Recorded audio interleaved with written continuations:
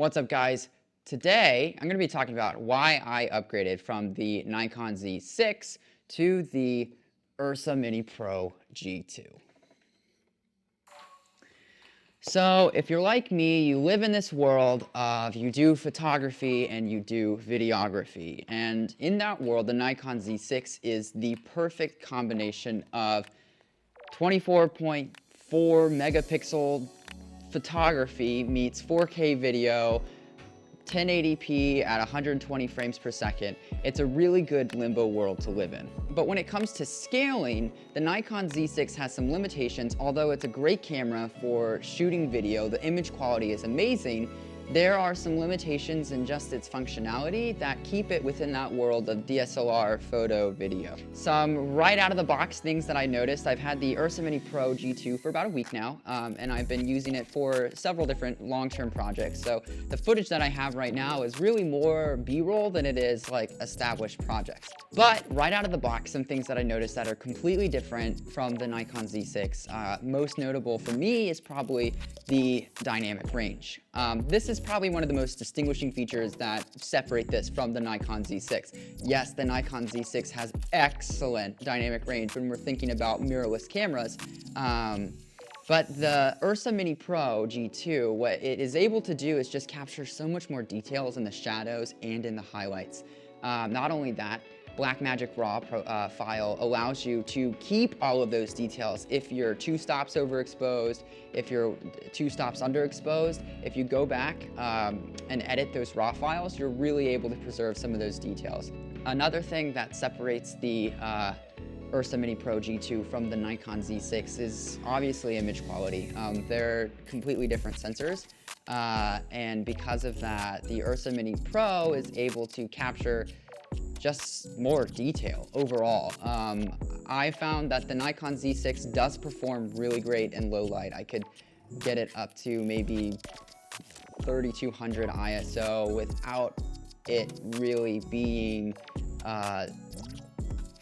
completely different. But the URSA Mini Pro, though it's not a low light camera, still can perform pretty well, and I'd say up to 1600 is probably the max ISO I would use it in.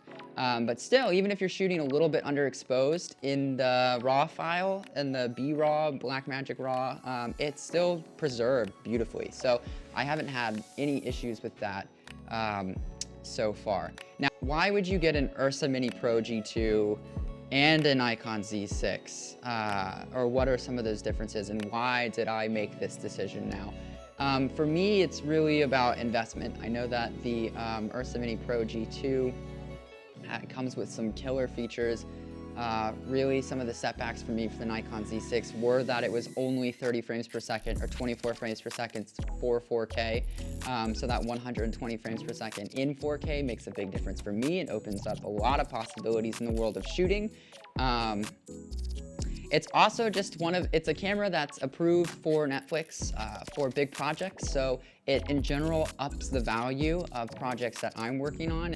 And the thing is, I'm not ditching my Nikon Z6. The mobility, working with a Moza Air 2 with the Nikon Z6, even in 24 frames per second, I mean, even in 1080p 120. I have some issues with the Nikon Z6 1080p 120 because I think that some details are just not preserved.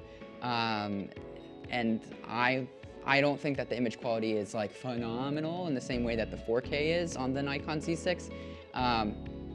But that being said, the mobility, the stability and the smoothness that I'm able to get and achieve on the Nikon Z6 when I'm working with my Moza Air 2 stabilizer, or really even handheld with the electronic image stabilization with an image stabilization lens, is perfect. I can put it in a bag, it's easy to carry. The URSA Mini Pro G2 is not easy to carry by any means, although I am able to fit it in a backpack. The other thing I'm still trying to figure out, or still trying to work to memorize, are the ergonomics and placement of the buttons. The camera itself has some,